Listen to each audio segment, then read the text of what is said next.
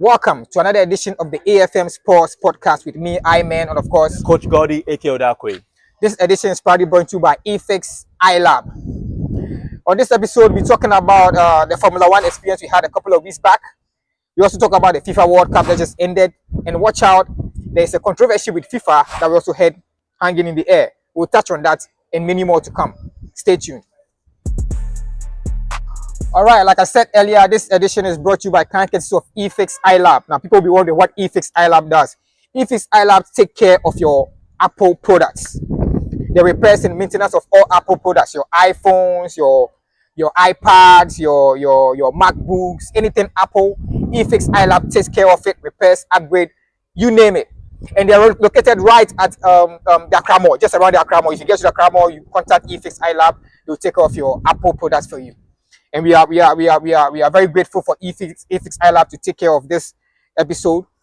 So watch out for eFix iLab wherever you. We had an experience with the Formula One racing. Coach Gordy was there. I was there myself. I enjoyed myself, and the experience was good. It was a great sport that I experienced myself. And Coach Gordy, what's your experience with the Formula One? Oh, like you said, it was awesome, man. You didn't feature, but because you were behind the camera, but like you said, we had a great time. One of special thanks to the F1 community Ghana. So Formula One, they have a community in Ghana where they have what they call the watch parties. Of course, they're not going to Monaco or Silverstone, and so we went for the Silverstone edition. What's his name? Sir Lewis Hamilton. The guy with the brace. Came to on the podium. So what the F1 community Ghana does is that they show or have watch party at different locations. So we went for the one. So it's not just one. No, it's not just one place. So if there's a F1 event coming up, then they pick a location and bring everybody in the community to participate in it. So if someone was intrigued with the experience that we had and wants to join, is there a platform, a group or a website that we can join? Yes. The F1 community that they can alert us if there's a game coming up. Coming up. So I think the last one they had also was Hungary, the Hungary edition that was held at Good Park, either Good Park or so, if I'm not mistaken. So yes, there's a community. They have a WhatsApp community that you can join. It's free for anybody to join. So we're going to leave their information. They have a Twitter. They are on Twitter. I think they should be on Facebook and LinkedIn. I don't know where they are, but we'll give you all the information. We'll also leave their phone number and maybe the admin number as well. So you can reach out to them and say, hey, I want to be part of this F1 community in Ghana and all of that. And recently they had a call inviting people to. Did you see that call? Yeah. The go-kart racing. Hey, if you know you can drive, you think you can drive. Was it an age limit? Yeah, there's an age limit. Yo, if you're a young person and you can drive, coach, tell us more about it. So I don't know if the entry is still open, but there's an edition coming up, Cat in Africa. So this one of the levels for you to get. Formula One is very, very expensive sport. Oh yeah, for real. Like one guy said it during the interview. So you can see our episode on that. So, but they have lower edition. For young drivers as well. Most people start by karting with the go-karts, like the one at the Labadi. Yeah, this one at Labadi. Maybe one day we'll go there and have fun. Yeah. So they made a call for teenagers and parents who want to send their kid who knows how to drive the karting. So the Angola edition, we'll put up the banner here. I don't know if the edition is still open, but yeah, they do that. So the Formula One community handle all of this. So if you are someone who is into racing, motor, car racing, karting, you should join the community. Exactly. So you're still watching the AFM Sports Podcast. We'll be right back. Okay. All right, you're still watching the AFM Sports Podcast with me, I-Man, and of course, Coach Gordy, aka Odakwe. FIFA World Cup 2026. What's up, bro? I mean, what do you think? What's your well, take? This FIFA World Cup was one of the most controversial of the World Cups. There's a new, segment called hydration break. People were debating whether it should be cancelled or they should go on to take the hydration breaks. And then the final. Yeah. We made highlights about the performance, the halftime performance that Shakira and Burna Boy. And I saw Justin Bieber too. Yeah. I saw Justin Bieber as well as other artists worldwide, and people were kind of bashed. It took exactly 27 minutes, 19 seconds, almost half an hour. And people were like, Charlie, the way Argentina was hyped up to just take their, their cup and take their glory. And some people were having a lot of controversy with the halftime break and how long it took and all that. No, there was a lot of controversies with the African teams and the VAR. The VAR. The VAR was supposed to be, our lawyer, our judge, our witness, to make certain errors visible. But this time around, the VAR didn't do the work the VAR was supposed to do. There were a lot of controversies. There were physical handballs, physical fouls, but the VAR wasn't able to, prove. And people were saying the chip or whatever that, sophisticated chip that they put in the World Cup were a lot of controversies in this World Cup. So what about the African teams? So for the African teams, one of the things that came up was, why were we losing in the 80th minute or 70th minute towards the end of each match? In Africa, most people think matches are sold. We can play, and then we can just relax, and then, a lot of controversies been going on with this whole losing. Last minute, and then we just winning, just the break of last minute, they equalize, and then it was just crazy. Especially with Argentina, it's like they always win last minute. And that was what brought the whole, this the final match was a little bit controversial. He came back, was trying to equalize that winning goal, and it didn't really work out. But in all, it was fun. I mean, North America edition, Mexico, Canada, and United States hosting it. They didn't build any new stadiums for the Americans because it's a sporting nation already. Of course, very big sporting nation, and so for me, my take from the whole World Cup, I had fun. I watched most of the matches. So if you check our channel, I had to report on them, all the scores. But in all, technology wise, the chip and everything with the ball, there were people were paying attention, especially with the ball. They said sometimes the balls were moving in strange, weird ways, and the VAR. There were certain fouls that it was obvious, handballs and vivid fouls, but even I think one of the Switzerland player that had a red card. The intermediary body have cancelled his red card after the World Cup. They cancelled it. So these are things that we have to look upon and improve upon. The Women World Cup is going on right now. Exactly. No, not World Cup. African. Women version. Yeah. We hope those are corrected in this edition. So do you think the VAR is supposed to be there? And because people are thinking that the VAR is being still manipulated. Of course, we're no longer in the 50s, so times have changed. Technology has to find its way to incorporate that. For me, one of the best, in recent memory, one of the best things that have been added to the sport is the 5 substitution. Or is it 5 or 6? Oh, yeah. 5 substitutions from 3. You said it was 3. Yeah. That's still one of the best. It keeps the tempo of the game higher, so a coach can remove quite a almost number of half of the players. So that's one of the things I like. So with everything, keep improving. I mean, we are improving, but it's still, people are still, debating whether it's working. We are improving. Should it help? Is it helping? Because it's still being manipulated. You see the ball moving in strange ways. So that's a sports science. People are paying attention, actually. Yeah, people are really paying attention. We should. Especially with the VAR and the way the chip that is supposed to, sometimes the ball crosses the line and still. It is what it is. So we'll keep paying attention, and we have more to say about FIFA, so stay tuned. So this is the AFM Sports Podcast, and this edition is brought to you by eFix iLab. Stay tuned.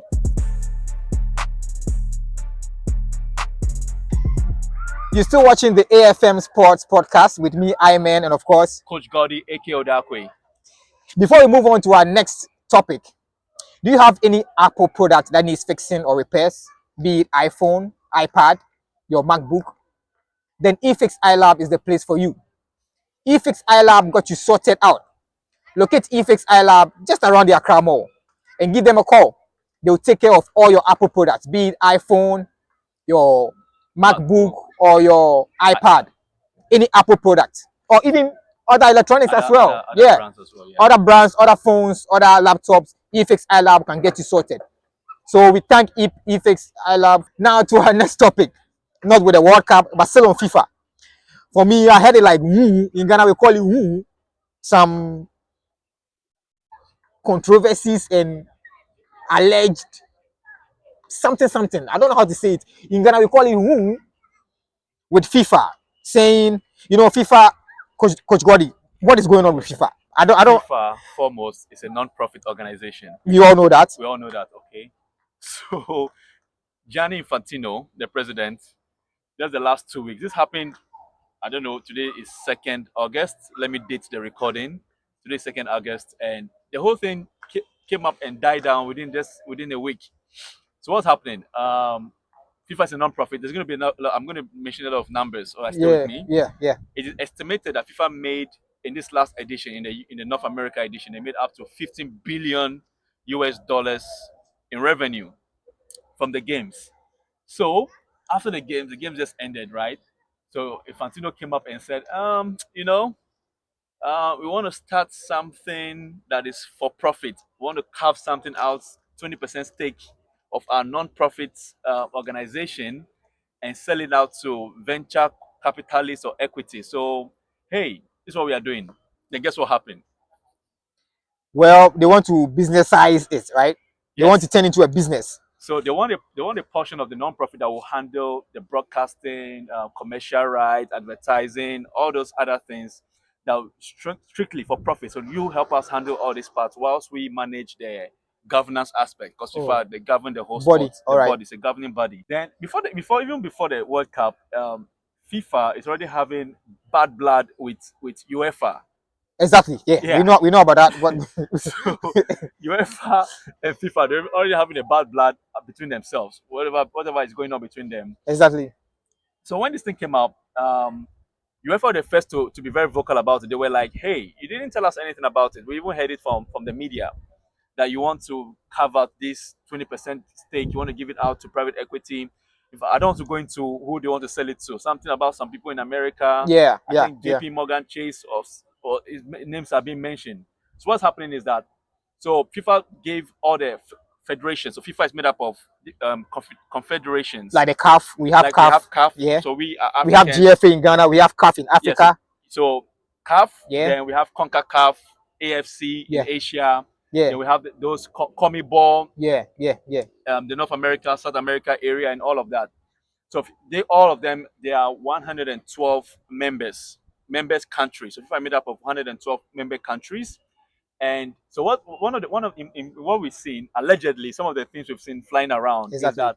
that Infantino is promising each member body is promising them $40 million if they allow this to go through, because the proposal, so you have to bring it forward to the member body to Body. agree. Yeah. This is where and UEFA was angry that you didn't consult us before you started doing this. You just give us it brought out the document, say, hey, you have this from this time to this time to agree and to sign. And if you sign, or part of the incentive we are giving you, we are giving you $40 million. So every 4 year cycle, there's an amount that goes to all members, but all member body. So within the last, not this last one, but in the last two editions, from 2016 to now, 2016 was around, I think it's called forward, some fast forward. From fast forward, FIFA gave within 4 years for each country, they gave them between $5 to $6 million. Within the Qatar version, when the Qatar edition came up, that amount went to $8 million. And now FIFA is saying, okay, if you agree to this idea I'm bringing up, you're going to get 40 million. Look at the jump from 5, 6 8. to 8, and now Now it's saying 40. 40. It's quite huge. So this was one of the arguments some people were making, that And it's quite tempting. it's quite tempting that for the poorer nations like Ghana and all these African countries, Yeah. it's something substantive. for real, So yeah. how is the money going to split? So it's going to give you the fast forward amount.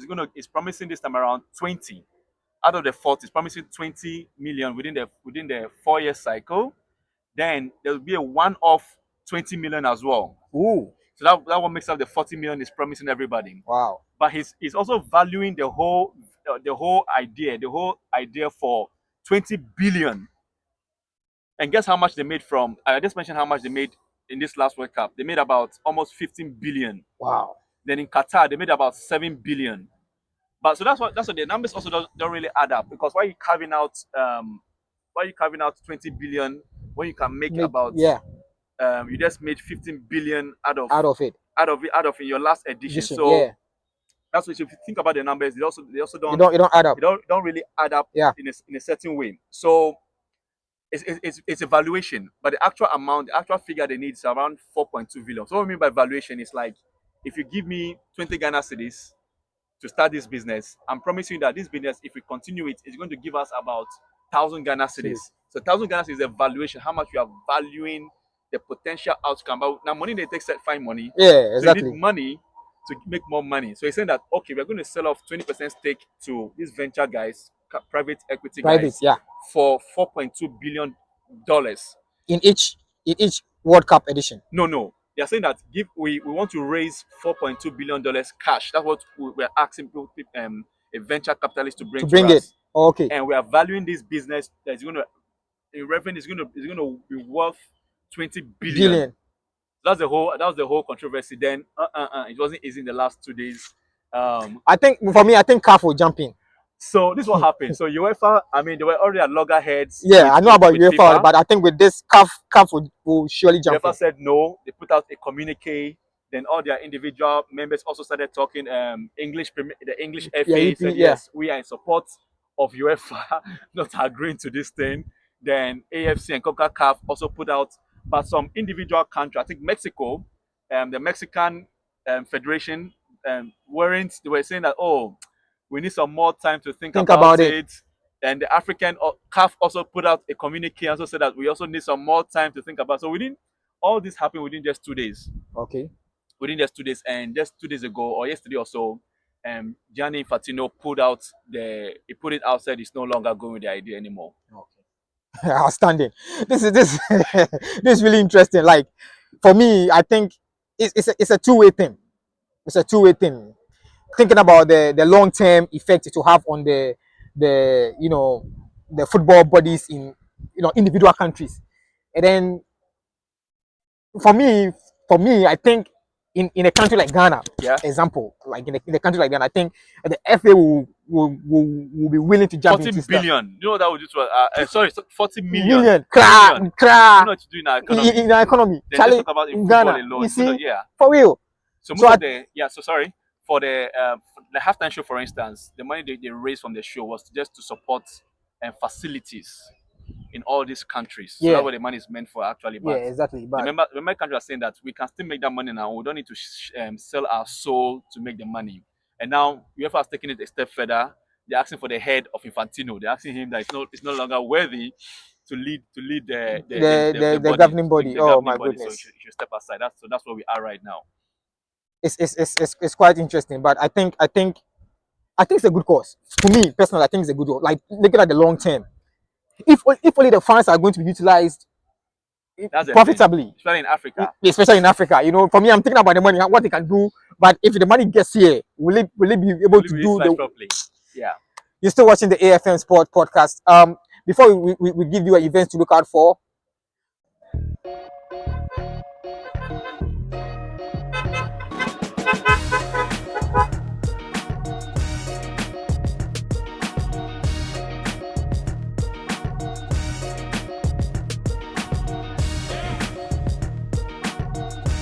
This is the AFM Sports Podcast. Before we wrap up, these are the events you ought to look out for.